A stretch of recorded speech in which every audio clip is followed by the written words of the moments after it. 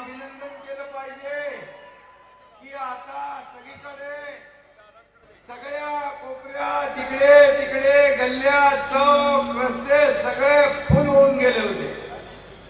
कोल्हापूरकरांनी हा अलोट महायुतीचा महासागर पहिल्यांदा बघितला असेल आणि म्हणून आजच्या या कार्यक्रमाला उपस्थित आमचे सहकारी आदरणीय उपमुख्यमंत्री अजितदादा पवारजी, चंद्रकांतदादा पाटील, हसन मुश्रीफजी, आमचे शिवसेनेचे ज्येष्ठ नेते रामदास कदमजी, शंभूराज देसाई, मुन्ना महाडिक, निवेदिता मानेताई, सदाभाऊ खोत, आमदार विनायक कोरेजी, आमदार प्रकाश आवाडेजी, अमल महाडिक, समरजित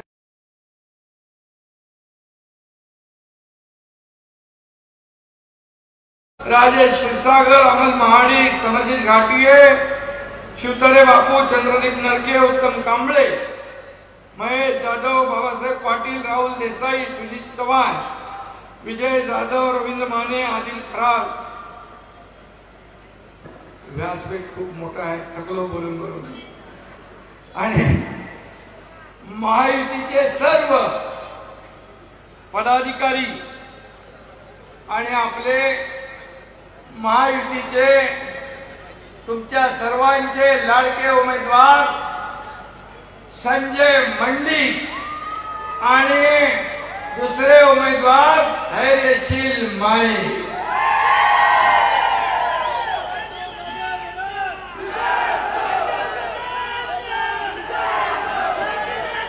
कोल्हापूर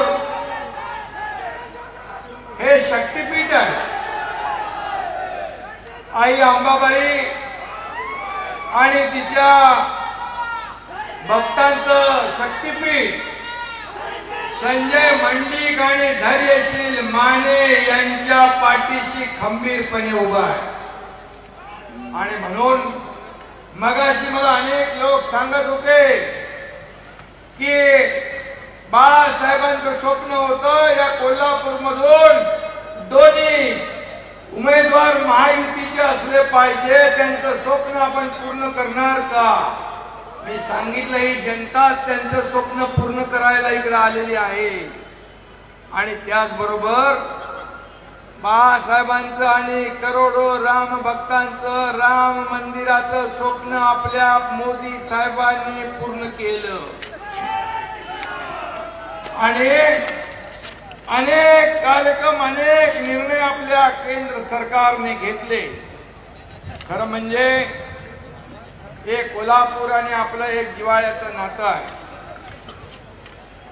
आणि जेव्हा जेव्हा या कोल्हापूरमध्ये संकट आलं, महापूर आला, आपत्ती आली, तेव्हा तेव्हा आपण सगळेजण एकत्र येऊन या कोल्हापूरकरांच्या पाठीशी उभे राहिलो। असं हे कोल्हापूर आहे। आणि म्हणून आज ही निवडणूक जी आहे, ही निवडणूक कुणा एका व्यक्तीची नाही आहे, ही निवडणूक एका मतदारसंघाची नाही आहे, ही निवडणूक देशाची आहे, ही निवडणूक देशाच्या विकासाची आहे, ही निवडणूक देशाला महासत्तेकडे घेऊन जाणारी आहे, ही निवडणूक आदरणीय मोदी साहेबांना तिसऱ्यांदा प्रधानमंत्री बनवणारी निवडणूक आहे। अब की बार फिर एक बार। आणि म्हणून ही निवडणूक अतिशय महत्वाची आहे। मगाशी दादांनी सांगितलं की ग्रामपंचायत नगरपालिका या सगळ्यामध्ये आपण वेगवेगळे लढत असतो, परंतु या निवडणुकीमध्ये एक देशभक्ती, राष्ट्रभक्ती, देशाचा विकास हे डोळ्यासमोर ठेवून ही निवडणूक आपण लढवतोय। आणि म्हणून या निवडणुकीकडे संपूर्ण जगाचं लक्ष लागलेलं आहे। मोदीजींनी या देशासाठी जे केलेलं आहे हे आपल्या सगळ्यांना माहित आहे। या देशाची अर्थव्यवस्था मजबूतच नाही तर 11व्या क्रमांकावरून 5व्यावर आणली आहे आणि 5व्या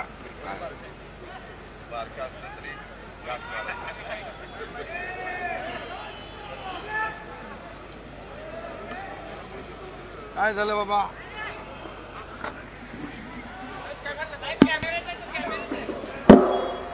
हॅलो, साऊंड सिस्टम कोणाची बाबा? आणि म्हणून ही निवडणूक देशाची आहे म्हणावयाचं कारण 5व्यावरून आपली अर्थव्यवस्था 3ऱ्या क्रमांकावर आणण्याचा निर्धार मोदी साहेबांनी केला आहे। 150 वर्षापूर्वीचं ब्रिटिश सरकारला देखील मागे ढकलण्याचं काम मोदी साहेबांनी केलंय आणि म्हणून आज आपल्या देशाला जगभरात मान सन्मान मिळतोय तो आपल्या प्रधानमंत्री मोदीजींमुळे मिळतोय। आपली लढाई, आपली निवडणूक ही विकासाच्या मुद्द्यावर आहे आणि म्हणून विकासाचा अजेंडा घेऊन आपण पुढे चाललोय। आपली महायुतीचं सरकार आपण 1.5 वर्षापूर्वी स्थापन केलं। आधीचं सरकार आपल्याला माहित होतं, आधीचं सरकार घरात बसलेलं फेसबुक लाईव्ह करणारं सरकार, आता सरकार बदललंय, फेस टू फेस काम करणारं सरकार आहे, रात्रंदिवस काम करणारं सरकार। मी रात्री पहाटेपर्यंत उशिरापर्यंत काम करतो, अजित दादा लवकर पहाटे उठून काम करतात आणि देवेंद्रजी देखील त्यांच्या मुख्यमंत्री पदाचा अनुभव या राज्याच्या विकासामध्ये देत आहेत। असं हे सरकार आपलं 24/7 काम करणारं सरकार आहे, घरात बसणारे सरकार नाही। आणि म्हणून आज लोकांमध्ये एक प्रचंड उत्साह आहे, जल्लोष आहे। सरकारने केलेली कामं लोकांपर्यंत पोहोचवण्याचं काम तुम्हाला करायचं आहे। एवढी कामं, एवढे निर्णय इतिहासामध्ये पहिल्यांदा आपल्या महायुतीच्या सरकारने घेतले। मग महिला सक्षमीकरण, शेतकऱ्यांना 6,000 रुपये, 1 रुपयात पीक विमा योजना, शासन आपल्या दारी, असे अनेक निर्णय घेतले। मी ते वाचत नाही इकडे। आणि केंद्र सरकारने देखील जे 50-60 वर्षात झालं नाही ते मोदीजींनी 10 वर्षात करून दाखवलं आणि म्हणून आपल्याला पुन्हा त्यांना प्रधानमंत्री बनवायचं। आज जाहीरनाम्यामध्ये मोदीजींनी 80% नागरिकांसाठी सुरू असलेली मोफत धान्य रेशन देण्याचा निर्णय पुढचे 5 वर्ष घेतलेला। या देशात कुणी उपाशी राहू नये म्हणून रोटी, कपडा, मकान देणारे मोदीजी यांच्या पाठीशी आपल्याला उभं राहायचं। त्याचबरोबर 70 वर्षाच्या वरच्या लोकांना 5 लाख रुपयापर्यंत विमा योजना, उपचार, त्याचबरोबर 3 कोटी नवीन घरं बांधणार, गरिबांना मोफत वीज देणार, घरापर्यंत गॅस लाईन देणार, 10 लाखाचं मुद्रा योजना 20 लाख करणार, PM किसान योजनेचा लाभ 10 कोटी शेतकऱ्यांना होणार आणि असे अनेक निर्णय घेतले। ते सगळे निर्णय इथे आपल्या समोर मांडत नाही, परंतु काँग्रेसच्या जाहीरनाम्यामध्ये त्यांना खरं म्हणजे जाहीरनामा प्रसिद्ध करण्याचा अधिकार नाही। त्यांनी माफीनामा जाहीर केला पाहिजे, कारण 50-60 वर्षात त्यांनी देशाला खड्ड्यात घातलंय, देशाला अधोगतीकडे नेलंय आणि म्हणून मोदीजींनी 10 वर्षामध्ये केलेलं काम, देशाची प्रगती, विकास हे आपल्या डोळ्यासमोर आहे आणि म्हणूनच विकासाला आपल्याला मत द्यायचं आहे। आणि कोल्हापूरकरांनी ठरवल्यानंतर कोल्हापूरकर शब्दाला पक्का आहे। जसं एकदा कमिटमेंट केली की कमिटमेंट केली आम्ही देखील एकदा शब्द दिला की सरकार शब्द फिरवत नाही आणि म्हणून आज तुम्हाला एवढंच सांगतोय, दोन्ही खासदार आपल्या कोल्हापूरच्या पंचगंगेचं प्रदूषण थांबवल्याशिवाय राहणार नाही। त्याचबरोबर महापुरामध्ये दरवर्षी नुकसान होतं, त्यासाठी आपल्या सरकारने 3,500 कोटींचा प्रकल्प तयार केलाय। 3200 कोटींचा प्रकल्प या पंचगंगेचं प्रदूषण थांबवण्यासाठी केलाय आणि म्हणून मी आपल्याला एवढंच सांगतो, हे सरकार विकासाला मत देणार आहे, विकासाला महत्व देणार आहे आणि म्हणून आपलं एक मत हे मोदीजींना जाणार आहे। या ठिकाणी संजय मंडलिक यांना मत म्हणजे मोदीजींना मत, संजय मंडलिक यांना मत म्हणजे देशाच्या विकासाला मत, या धैर्यशील मानेला मत म्हणजे देशाच्या प्रगतीला मत आणि म्हणून देशाचा विकास करायचा असेल 2047चं विजन डोळ्यासमोर ठेवून आदरणीय मोदीजी काम करतायत। पूर्ण जीवन त्यांनी देशाला समर्पित करून टाकलंय आणि म्हणून 2014 पूर्वी आपण पाहिलं तर या देशात दंगे, घोटाळे, भ्रष्टाचार, बॉम्बस्फोट होत होते। 2014 नंतर मला सांगा, एक तरी दंगल, बॉम्बस्फोट, घोटाळे, भ्रष्टाचार एकही नाही। हा आपला प्रधानमंत्री बेदाग आहे, बेदाग। त्याच्यावर आरोप करण्याची हिम्मत कुणी दाखवू शकत नाही, असा प्रधानमंत्री आपल्याला लाभलेला आहे आणि म्हणून 2014ला आरोप केले, जनतेने सुपडा साफ केला। 2019ला आरोप केले, शिवाय शाप दिले, जनतेने सुपडा साफ केलाच, पण विरोधी पक्ष नेता बनवणे एवढे खासदार देखील निवडून नाही आले आणि म्हणून 2024ला पण हीच गत त्यांची होणार आहे। त्यांना आपल्याला पाडण्याची गरज नाही, ते आपल्यामध्ये तंगड्यात घालून पडणार आहे आणि म्हणून मी आपल्याला एवढंच सांगतो, मगाशी दादांनी सांगितले, निवडणुका आल्या की संविधान बदलणार, 400 पार झाले की संविधान बदलणार। अरे संविधानच्या बद्दल मोदी साहेबांनी स्वतः वक्तव्य केलेलं आहे। खरं म्हणजे 50-60 वर्षात संविधान दिन साजरा करण्याचं तुम्हाला आठवलं नाही, पण मोदीजींनी 2015 सालापासून संविधान दिन सुरू केला।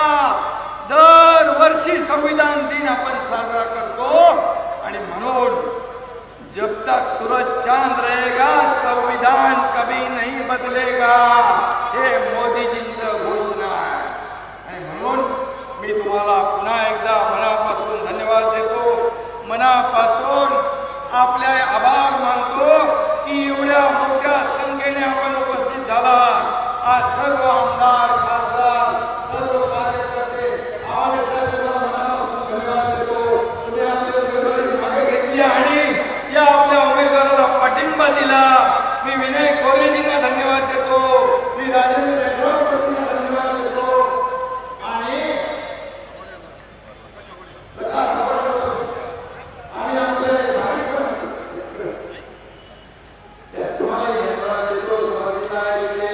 सगळे अनेक लोक इच्छुक होते, परंतु सगळ्यांनी ठरवलं मोदीजींचे हात बळकट करायचे आहे आणि म्हणून सगळं बाजूला ठेवून एकजुटीने या मैदानामध्ये उतरले। मला वाटतं हे आज जे आपण पाहिलं, सगळे चौक, सगळे रस्ते, सगळ्या गल्ल्या फुल होत्या, हा तर एक ट्रेलर है, पिक्चर अभी बाकी है आणि म्हणून येत्या 7 तारखेला 7 मेला मतदान आहे। आपण सगळ्यांनी 7 तारखेपर्यंत स्वतः उमेदवार समजून काम करायचं। आपलं एक मत हे मोदीजींना तिसऱ्यांदा प्रधानमंत्री करणार आहे। एक देशभक्ती आणि राष्ट्रभक्ती आपल्या अंगातून, आपल्या मनगटातून दाखवायची आहे आणि 7 तारखेपर्यंत डोळ्यात तेल घालून काम करायचंय. मगाशी दादाने सांगितलं ही रयतेची निवडणूक आहे, ही रयतेची निवडणूक, ही जनतेची निवडणूक आहे आणि जनता या दोन्ही सेवकांना विजयी केल्याशिवाय राहणार नाही अशा प्रकारचा मी विश्वास व्यक्त करतो. आणि पुन्हा एकदा आपल्याला विनंती करतो, 7 तारखेला महायुतीचं धनुष्यबाणासमोरचं बटन दाबून